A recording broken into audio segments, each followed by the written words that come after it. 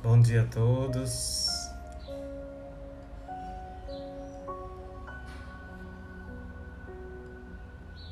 Vamos fazer a nossa meditação hoje pelo Instagram. Depois a gente vai publicar no YouTube, porque estamos sem conseguir a conexão com o YouTube.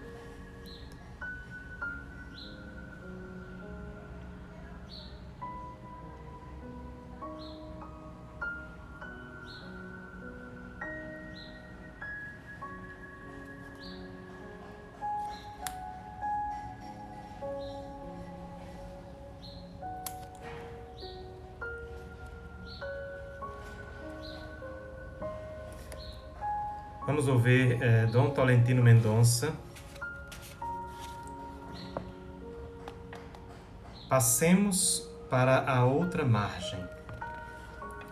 O tempo constitui fundamentalmente uma espécie de coreografia interior. Dir-se-ia que a própria vida solicita que a escutemos ciclicamente de outra forma. É com esse imperativo que cada um de nós é chamado a confrontar-se, a necessidade irresistível de reencontrar a vida na sua forma pura. Por exemplo, se a linha azul do mar tanto nos seduz, é também porque essa imensidão nos lembra o nosso verdadeiro horizonte. Se subimos aos altos montes, é porque na visão clara que aí se alcança do real, nessa visão resplandecente e sem censuras, reconhecemos parte importante de um apelo mais íntimo. Se buscamos outras cidades, e nessas cidades uma imagem, um fragmento de beleza, um não sei quê, é também perseguindo uma geografia interior que o fazemos. Se simplesmente investimos numa dilatada experiência do tempo, refeições demoradas, conversas que se alongam, visitas, encontros, é porque a gratuidade, e só ela, nos dá o sabor adiado da própria existência. Penso na sugestão que Jesus faz aos discípulos mais do que uma vez. Passemos para a outra margem. Passar a outra margem não significa necessariamente uma deslocação para outra parte diferente daquela onde já nos encontramos. Às vezes, tudo o que nos falta é habitar a nossa vida de outro modo. É simplesmente caminhar com outro passo pelos caminhos que já fizemos todos os dias. É abrir a cotidiana janela, mas devagar, tendo consciência de que a abrimos. É reaprender outra qualidade para um cotidiano talvez demasiado abandonado às rotinas e aos automatismos. Dom Tolentino Mendonça.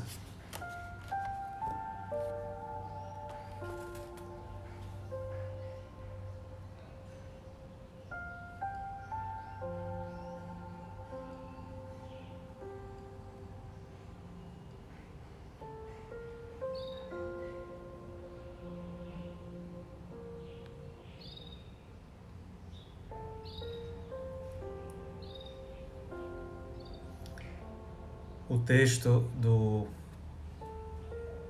Evangelho de hoje é de São Mateus, capítulo 15.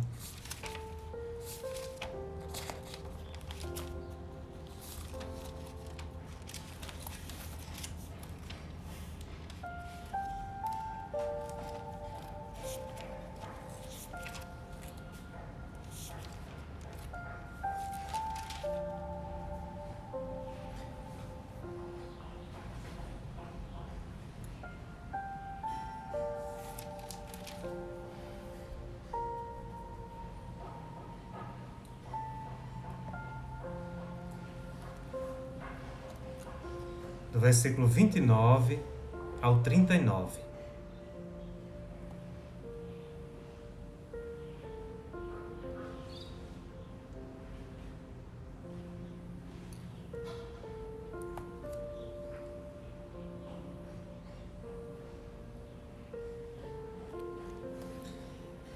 Jesus, chamando os discípulos, disse... Jesus, partindo dali, foi para as cercanias do mar da Galileia e, subindo a uma montanha, sentou-se. Logo vieram até ele numerosas multidões, trazendo coxos, cegos, aleijados, mudos e muitos outros, e os puseram aos seus pés, e ele os curou. De sorte que as multidões ficaram espantadas ao ver os mudos falando, os aleijados sãos, os coxos andando e os cegos a ver. E deram glória ao Deus de Israel. Jesus, chamando os discípulos, disse: Tenho compaixão da multidão, porque já faz 3 dias que está comigo e não tenho o que comer. Não quero despedi-la em jejum, por receio de que possa desfalecer pelo caminho. Os discípulos lhe disseram: De onde tiraríamos num deserto tantos pães para saciar tal multidão? Jesus lhes disse: Quantos pães tendes? Responderam: 7, e alguns peixinhos. Então, mandando que a multidão se sentasse pelo chão, tomou os 7 pães e os peixes, e depois de dar graças, partiu-os e dava-os aos discípulos, e os discípulos à multidão. Todos comeram e ficaram saciados. E ainda recolheram 7 cestos cheios dos pedaços que sobraram. Ora, os que comeram eram 4.000 homens, sem contar mulheres e crianças. Tendo despedido as multidões, Jesus entrou no barco e foi para o território de Magadã. Palavra da salvação.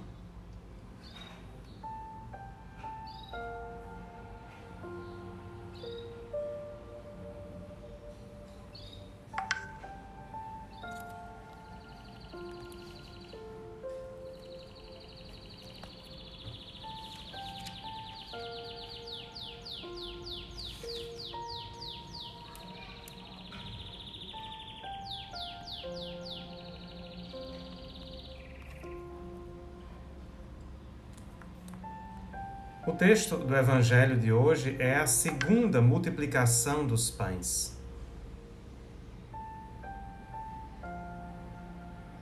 A segunda multiplicação dos pães. A primeira está lá no capítulo 14, versículos de 13 a 21.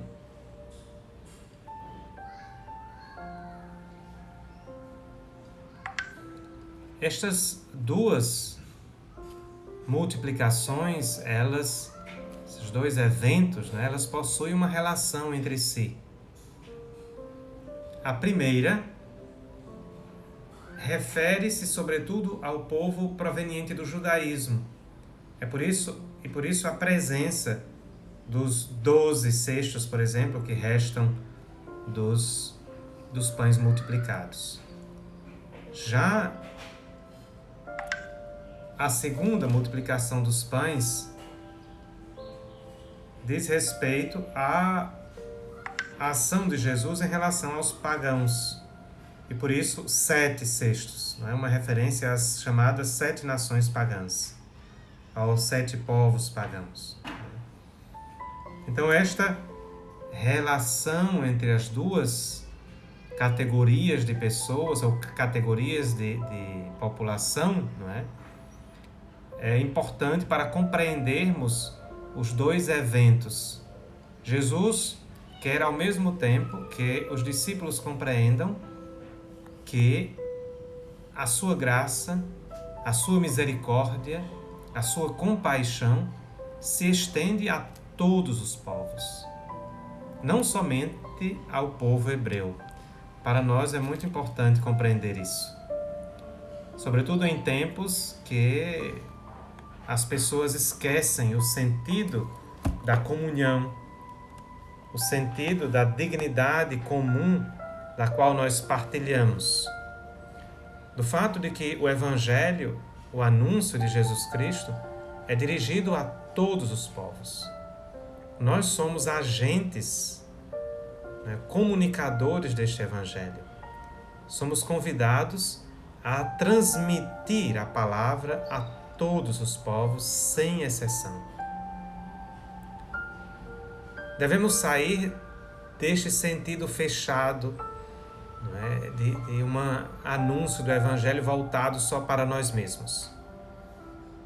No primeiro anúncio, ou na primeira multiplicação dos pães, os discípulos dizem que não têm condições de fazer nada, que despeça as multidões para que vá comprar alguma coisa em outro lugar. E Jesus diz aos discípulos: dai-lhes vós mesmos de comer. O que é absolutamente estranho, e absurdo até, é que os discípulos, numa mesma circunstância, numa situação muito similar, ainda não tenham compreendido que com a presença de Jesus, o pouco da nossa existência, a nossa pequenez, a nossa miséria, pode ser transformada. Pode ser multiplicado o pouco que temos. Os discípulos não compreendem, mesmo tendo experimentado, mesmo tendo presenciado a multiplicação dos pães na primeira vez, ainda aqui não compreendem. Onde vamos encontrar pães? Parece absurdo para nós que lemos o Evangelho. Imagine para eles que viveram a experiência, que experimentaram a graça e o poder de Jesus. O evangelista São Mateus faz questão de relatar este fato, para mostrar como nós somos absurdos. Como nós, mesmo tendo experimentado a graça de Deus, mesmo tendo experimentado tantas vezes a misericórdia de Deus, quando aparecem circunstâncias controversas, nós duvidamos novamente. Nós não confiamos.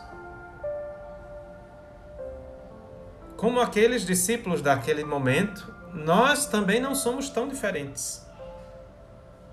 Muitas vezes, nós esquecemos todas as maravilhas que Deus realizou em nossa vida e nos concentramos somente naquela situação de dificuldade. Nos concentramos unicamente naquela realidade que estamos enfrentando naquele momento. E não confiamos que o Senhor, que realizou maravilhas em nossa vida, é capaz de realizar maravilhas agora em nossa vida. E que a obra de Deus é muito maior do que a nossa pequena e miserável e limitada compreensão das coisas. De que aquilo que neste instante nos provoca desespero é tão pequeno diante da grandeza e da misericórdia de Deus. A falta de confiança no amor de Deus, a falta de confiança na sua intervenção misericordiosa, na sua compaixão para conosco, ela é mais comum do que mesmo a fé em Deus. Nós passamos muito mais tempo desconfiando do que confiando em Deus. É preciso que nós tenhamos memória. Um dos chamados lá do livro do Êxodo, que Deus faz aos pais, de Israel, ao povo de Deus, que não percam a memória daquele instante. A Páscoa é justamente um memorial. Para o povo hebreu, o memorial da libertação que Deus realizou no Egito. Para nós cristãos, o memorial da vitória de Cristo sobre a morte.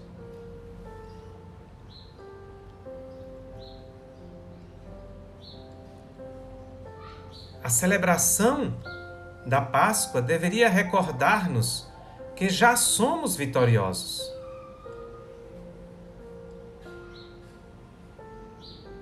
Deveria recordar-nos que nós não temos com que nos preocupar.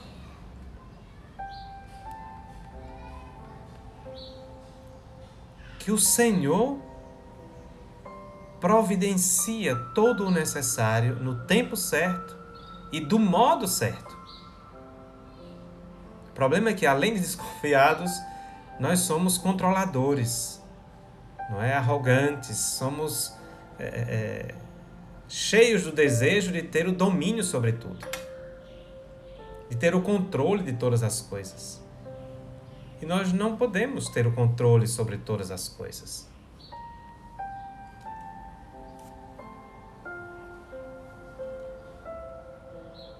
Se nos abandonamos à vontade do Senhor, se confiamos no seu amor, a sua obra se realiza em nossa vida.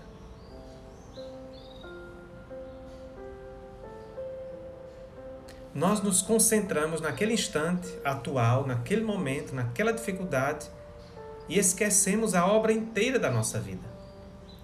O milagre que é a nossa própria história. O milagre que Deus realizou na nossa história, na história da nossa vida.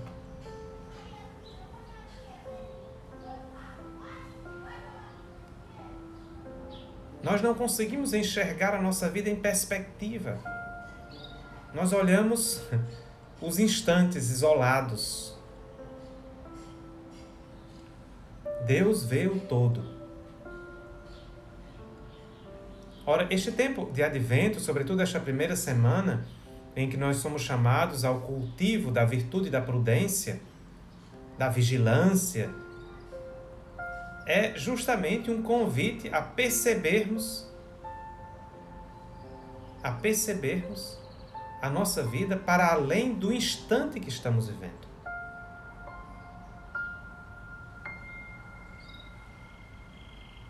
Para que o nosso coração não seja consumido pelo medo, não seja tomado pelo pavor, pela angústia.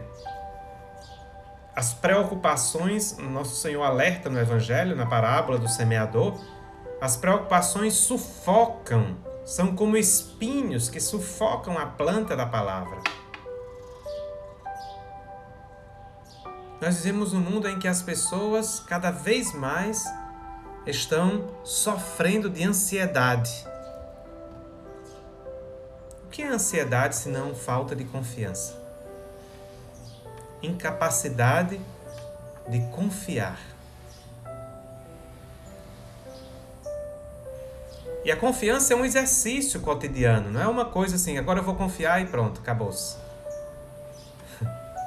É um exercício, é uma virtude. A confiança de fé, não uma confiança tola, superficial, que confia quando se dá seguranças para confiar.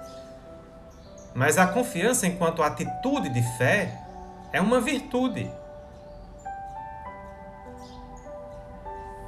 E como virtude, ela é fruto do exercício cotidiano. Sem o exercício cotidiano dessa virtude, nós não conseguimos desenvolvê-la.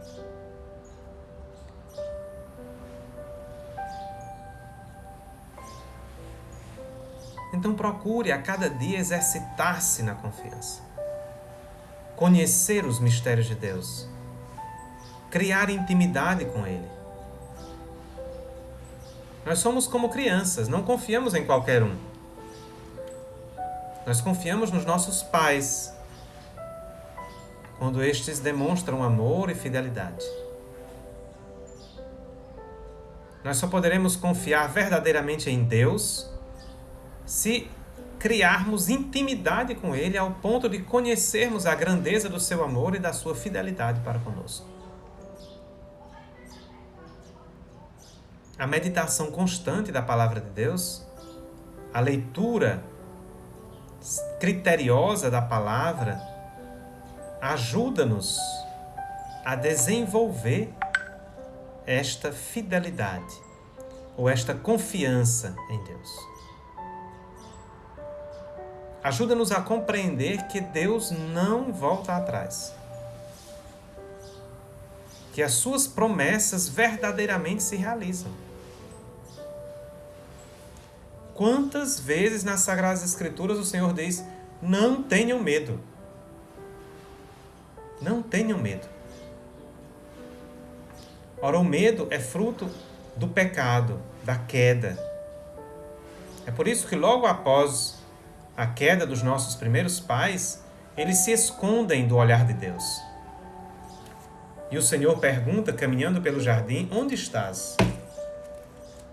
E eles escondem-se, porque não confiam na misericórdia, não confiam no amor de Deus. Muitas vezes isso também acontece conosco. Nós somos conscientes do nosso pecado, conscientes da nossa fragilidade, conscientes das nossas limitações, e por causa disso, a nossa confiança em Deus é debilitada. Porque nós nos reconhecemos indignos do amor de Deus. Só que aí tem uma armadilha do diabo. Santa Teresa de Jesus, Santa Teresa de Ávila, ela alertava as suas irmãs. Nós devemos sim nos reconhecermos indignos do amor de Deus, da nossa parte. Mas não devemos acreditar que esta nossa indignidade ponha um limite no amor de Deus.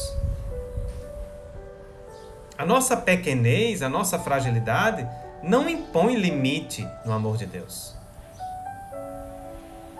Não é uma barreira para a ação misericordiosa de Deus. O amor de Deus não conhece limites. Não há nada que possa nos separar do amor de Cristo, dizia São Paulo escrevendo aos Romanos. Nada nos separará do amor de Cristo. Então não devemos deixar que o diabo nos engane, fazendo-nos pensar que o amor de Deus se retrai por causa da nossa fragilidade. Nós, de fato, somos indignos. Mas o amor de Deus é superior à nossa indignidade. Onde o pecado abunda, São Paulo, mais uma vez, escrevendo aos Romanos, a graça superabunda. A graça transborda. A graça e a misericórdia de Deus são bem maiores do que o nosso pecado. E é por isso que devemos cultivar a nossa confiança nele. E nós não superaremos o pecado se estivermos desconfiados da graça. Nós não superaremos a nossa fragilidade se não estivermos ligados, amarrados, conectados com o amor de Deus. É a sua misericórdia que nos transforma. É a sua graça que nos envolve. É o seu amor que nos resgata.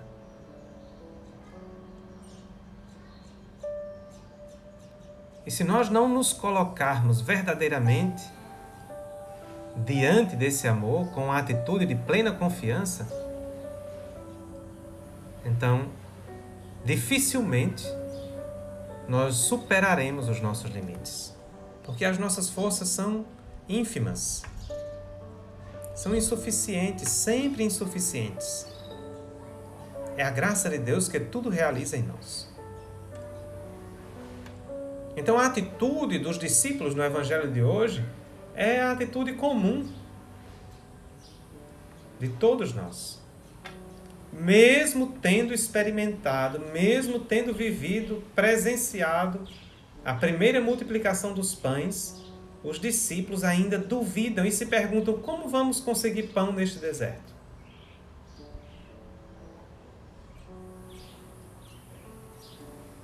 Ainda acham que a sua limitação, temos apenas 7 pães e alguns peixinhos.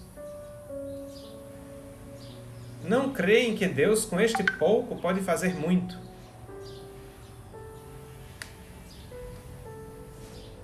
Que Deus, com o barro miserável da nossa vida, pode fazer maravilhas.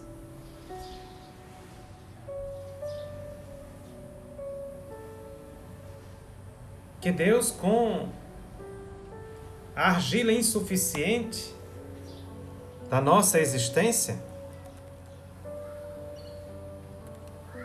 pode fazer uma obra nova.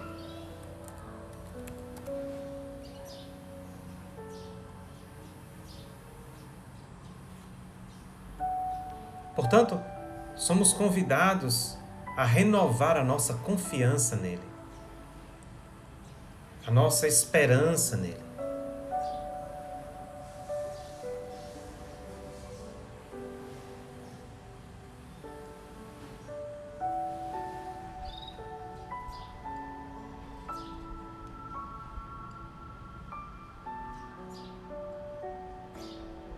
Se assim não o fizermos, estamos fadados ao desespero e a uma vida de constante ansiedade. Mais do que nunca, nesses tempos que nós estamos vivendo, de pandemia, não é? De isolamento, de fechamento, mais do que nunca é preciso desenvolver esse sentimento de confiança em Deus. Se não quisermos sucumbir no medo, na ansiedade. Há pessoas extremamente ansiosas. E nessas circunstâncias ainda intensificou a ansiedade. Porque não aprenderam a confiar. Não conhecem a bondade e a misericórdia do Criador.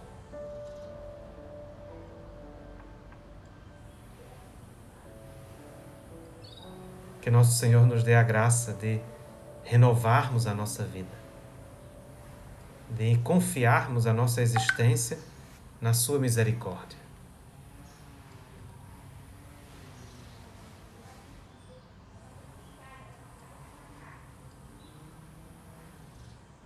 Amém. Um grande abraço ao meu amigo, Padre Eduardo Zanon. É um amigo muito, muito querido, meu companheiro de faculdade. Estudamos juntos na Alfonsiana, em Roma. Um amigo do coração. Uma pena que a gente more tão longe e não possa tanto se encontrar. Um grande abraço para Eduardo. Que Deus abençoe o seu ministério, né, seu serviço aí no Tocantins, em Palmas, no Tocantins. Faz um grande trabalho de evangelização, tem um dinamismo, um empreendedorismo impressionante. É uma pessoa que eu admiro muito, muito, muito pela sua capacidade de servir, né? de reinventar o Evangelho, né? De reinventar a evangelização e de fazer chegar ao coração das pessoas a mensagem de Cristo. Um grande abraço, meu amigo, saudades suas. Um abraço a Verbênia, a Vera, lá de Portugal, de Quintela de Azurara, a Yasmin, lá da minha paróquia, a Jéssica, lá da paróquia de São João, da minha paróquia, Daniel Martins, Isaac, Tobias.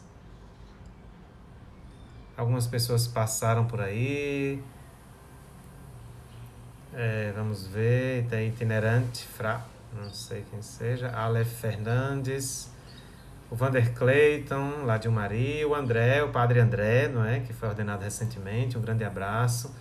O Antônio José, que é seminarista lá de Iguatu, um abraço, foi meu formando.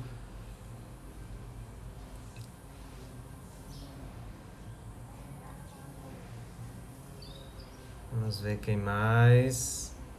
A Sandrinha Martins, vamos ver, Rodolfo, Deus abençoe, Luca e Arle, Deus abençoe, Gerlano, Aldênio, o Aldênio e a Samara, saudade de vocês. Quando é que nós vamos fazer o batizado desta menina? Temos que marcar, não é? Um grande abraço, saudade de vocês. João Pedro, a Maria da Conceição, daqui do Eusébio. Padre Denis, um grande abraço. Francisco da Paz, seminarista. Gildo, a Joélia, o Jefferson. Fernanda. Pedro Henrique. O Jonas, seminarista de Quixadá.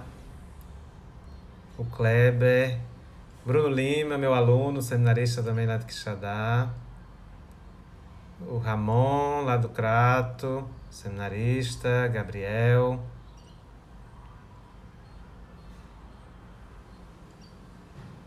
o Caio Vinícius, Cladson, seminarista lá do Crato, Padre Ivan Conceição, também foi meu colega lá em Roma, é da Diocese de Belém do Pará.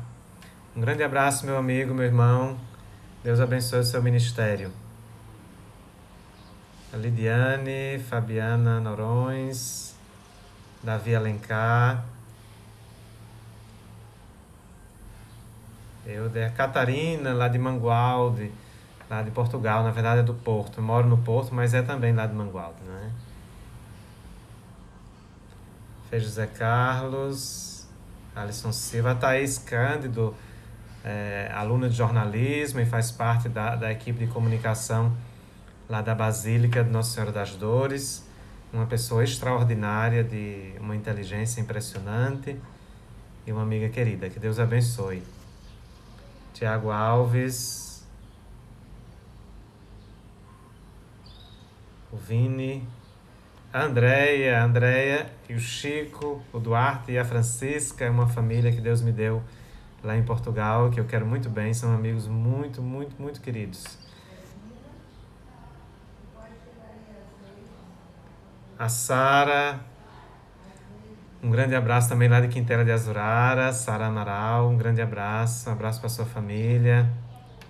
Deus abençoe. Naziosane, lá de Tarrafas, Deus abençoe, saudades. Tiane, bom dia, Deus abençoe, lá de Juazeiro. Cícera Vitória, Shirlinha Alves,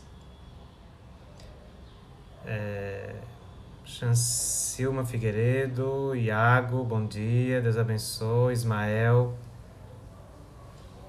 das Chagas,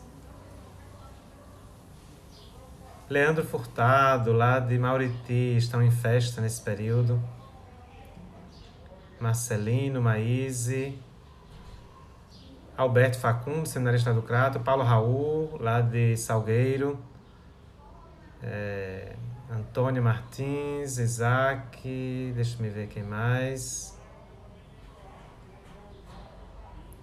Amélia, o Emanuel, lá do Crato, lá de Quixadá, seminarista de Quixadá, inclusive segunda-feira recebeu o leitorato, que Deus abençoe.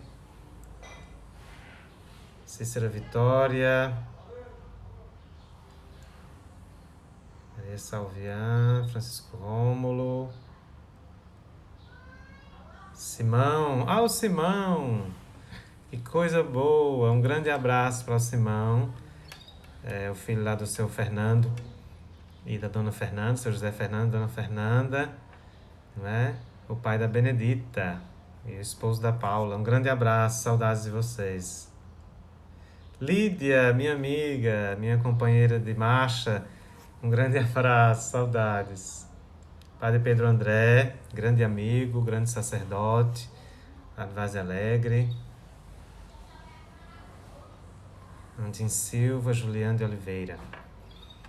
Então, um bom dia para todos, que Deus derrame muitas bênçãos. Lídia, dê um abraço em Dona Dulce, seu Francisco, na Lourdes, na Sara. Um abraço a todos, saudades de vocês. O Senhor esteja convosco. Abençoe-vos o Deus Todo-Poderoso, Pai, Filho e Espírito Santo. Amém. Tenham todos um ótimo dia, que Deus fortaleça sempre a vossa vida, vos ajude a estar sempre contando com a sua graça e confiando no seu amor. E até breve, se Deus quiser.